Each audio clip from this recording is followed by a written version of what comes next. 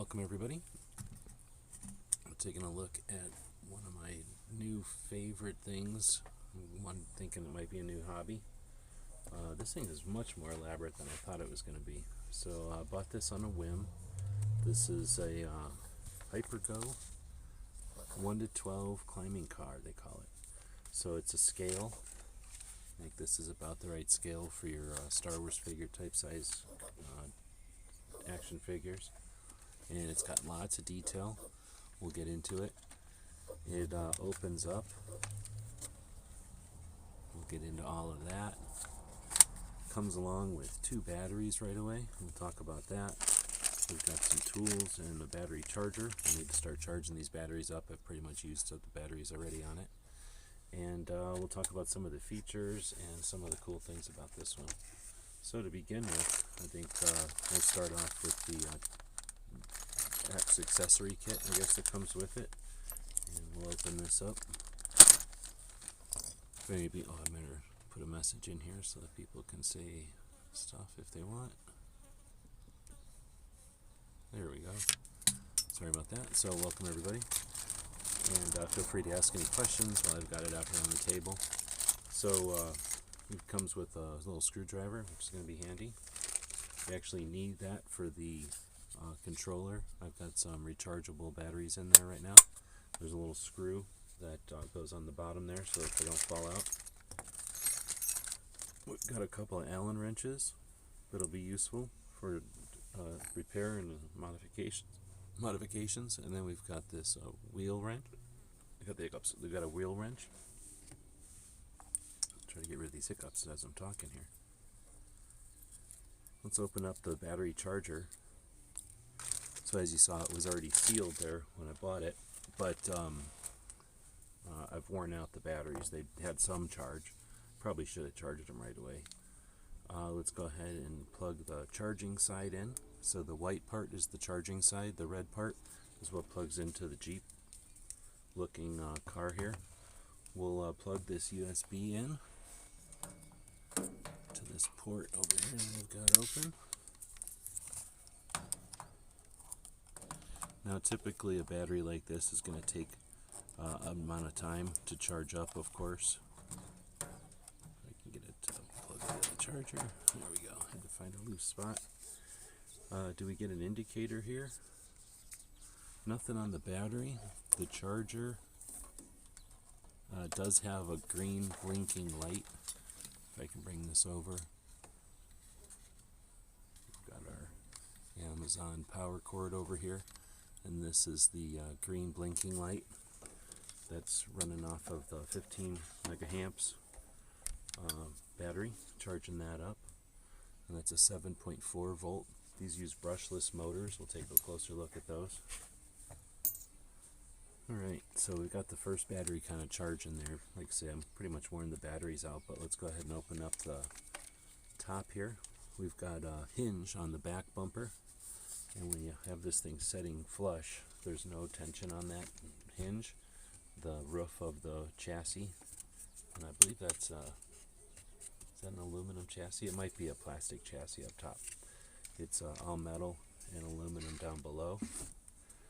So, taking a look here at the back, we start with the battery we just mentioned. The red part clips in here.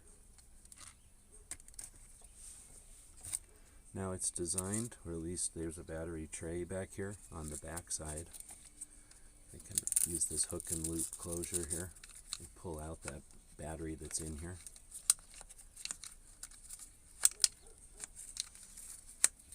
You can pull it up. There we go. Just past the tray on the bottom. And then it comes right out. There's a strap there for it. If you really were going to be crawling with this, you might want to try placing it up front somewhere. You might find some room up front here for it. But there's a nice tray in the back. The battery will fit in. I'll stop holding the car here and just work on the battery. The battery will fit in. And then there's this strap that holds it in so it doesn't bounce around and it doesn't exit the vehicle. Both important things. Then you just plug this connector in, and the connector has two different directions, so it can only plug in one way. Alright, once you plug it in, its on-off switch is up here inside the vehicle, and if you read the instructions, they'll tell you to turn the remote control on first. You can see that the green light indicator, the red light lets you know it's on, the green light is letting you know that it's looking for a vehicle, and you'll turn on the vehicle. You can tell it's on because the headlights come on and the tail lights come on. Now the battery is just about dead on here, so it didn't stay on very long. Open that up again. You can see the headlights. Now we don't have much battery left. We'll have to let this one charge a bit.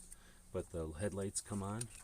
There's tail lights and brake lights, and then there's directionals. We'll go ahead and turn the remote control off as well. So there's all-terrain tires. We've got really nice hubs.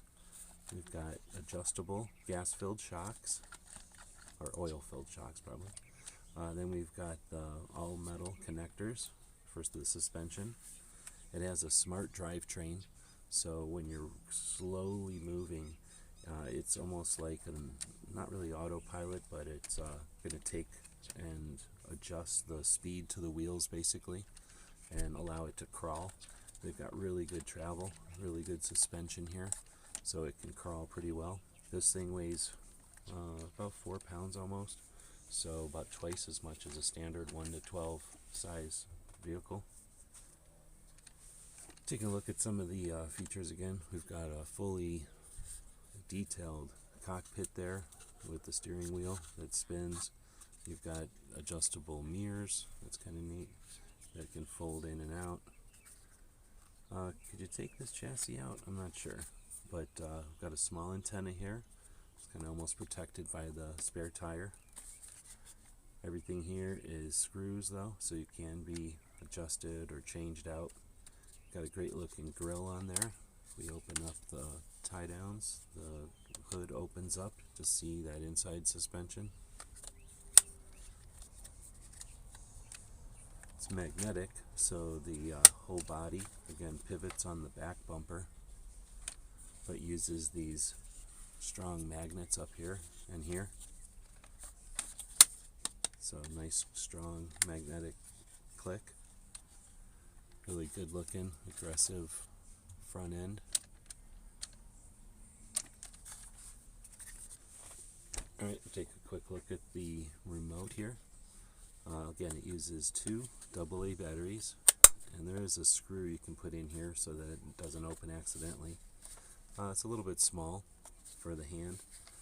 You've got the forward and reverse throttle is the little switch here, and it's spring mounted, so it goes back to its center point all the time. When you turn it on, as I mentioned, you'll get an indicator and then another light that tells you that it's looking for the vehicle. I'll try turning it on again, see if the battery will let you. Nah, it's not really turning on. So it did sync up though. Then we've got the channels we can adjust, and you can accidentally click it away from the vehicle, so be aware you don't want to just be pushing those buttons. They do change the channels. Imagine that's useful if you've got more than one vehicle out there. And then you've got trim. There's a trim for the directional and also for the throttle. So that way, again, when you've got that kind of slow motion going when you're crawling, you can kind of trim that. It's pretty handy. And then this knob is the left and right. That's like your steering wheel. Pretty simple and straightforward, and it does come in the set right away. We'll go in. We're waiting for that battery to charge, so we'll take a look at the instructions. They're in a bunch of languages, but they're pretty simple to understand. You've got your first information about the vehicle and the FCC notice, and then you get into the winch up front, the major components, how to configure the throttle with the transmitter, and then you've got a set button. So as you have a short push to turn it on and off, and then you can keep holding the smaller button here. Open it up. And you've got the set button is even labeled there, so the power button and then the set button. So when you turn on the transmitter, then it'll adjust the throttle trim to the middle position, and then you can hold down that set and adjust your throttle. Then you've got your calibration of the transmitter. You've got your breakdown that we just kind of went through there. Your steering, your throttle, and your different trims. Of course, the battery we just talked about. How to turn it on, which is, again, the system would be to the process would be to turn the transmitter on first, let it start blinking, then the vehicle. You'll get your headlights turning on. There is this turning signal and brake lights. We're charging the battery now. Gives you instructions on that. You can install the winch, and that is pretty neat to have a working winch on your remote control vehicle. They go in how to open it and how to then adjust these things in different languages. Once you get past the couple of different languages on the basics, then you get into how to open up the gearbox, the front axles. You can take apart the rear axle completely, which there's quite a bit to. You can take apart the suspension, and this is all for adjustment and modifications. Then you've got a complete accessory list here, so you can get replacement parts if necessary. Instead of having to replace the whole vehicle, you can go in and replace an individual part. That's pretty neat. Alright, so let's go ahead and see if we've got any charge on that battery here just for the demo. So we'll go ahead and unplug it again. You want to hold on to the red parts and pull apart from each other. Like I say, there's two different, these are in perpendicular to each other, so it's impossible to plug this in opposite way. We'll pull up on that hook and loop, pull out this battery, and we'll try seeing if this battery has gotten any new charge to it. So we'll unplug that one. And we'll let this one start to charge up.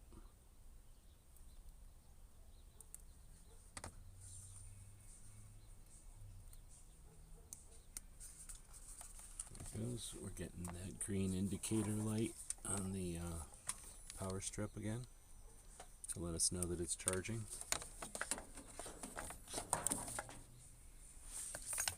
So now we'll take this battery and we can drop it in here, put back on the strap, and connect it up.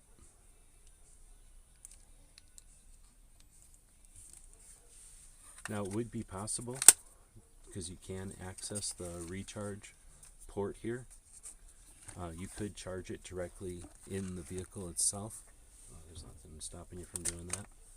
So let's go ahead and turn on the remote again, and we'll turn on the vehicle. We've got a little bit of power in this battery, so the headlights are on, as you can see, forward and reverse. The knobs adjust the steering. You can see you get a turn signal, forward and reverse. Don't have a lot of battery here, but you can see that it's creeping backwards. That's the trim. I could adjust that trim. When you go really slowly, it'll do a kind of an equalization or balancing. So this one can go pretty fast, and it can definitely climb. We'll go ahead and have it just go backwards into a climb here to show you just how much it can climb there. It's pretty top heavy compared to some of the really small crawlers, but it has a great look to it, and it's scale. So, oops, almost got it off the table that time. So it is quick, and you can trim those down. Again, the neat part is that it's all metal underneath, and you get your steering and directional signals. Nice headlights up front, and again you get a couple of different shocks. I've had a lot of remote control cars, but nothing that is this quick, this strong, and this maneuverable. With this much detail and at 1/12 scale. Sometimes the really big ones have this many features, but the little ones definitely, I've never seen any. And this one is pretty small. It's not going to be too hard to carry it all around to go camping and stuff with it, and I think we'll have a lot of fun with it. The fact that the parts are replaceable is really neat. Alright, with this I'll shut it down. We'll turn off that. You can hear that there's a fan going there on the processor. We've got the different components again we'll take a look at here. So the battery on the tray, underneath the the receiver, and probably the brains there. I think this is the microprocessor that keeps everything going. You've got a 3500 brushless motor here, so basically the motor from a power tool going into transmission. All of this stuff can be taken apart, monitored, maintained, do maintenance, change out parts that might break or bend. You've got the adjustable shocks. You can adjust them here. They have, I think they're oil filled, and it's got some really good travel to them. Looks great, strong, and because it's about twice the weight, it's real heavy, it's about twice the weight of a standard 1/12. I think it's going to be good for crawling and out here in the deserts, having fun out in the sand and in the rocks. Alright, so I don't know if there's any other questions about this one. I haven't seen anything come in here live, so if you have any, let us know. Otherwise, I want to thank everybody who's been clicking on it. I guess there's the link here. It is a pretty good value right now, and I bought it, like I say, on a whim, but now I'm wishing I would have bought it a long time ago, because this one is a lot different than some of the other ones I've bought in the past. This would make a great gift for people that like this style of vehicle, for people that like remote control cars, for people that like the models that you get in here and work on them. That's going to be fun. And anybody that likes to modify, I'm sure this one has a lot of opportunities to modify as well. Alright, well, thanks everybody for joining us. Hope this helped.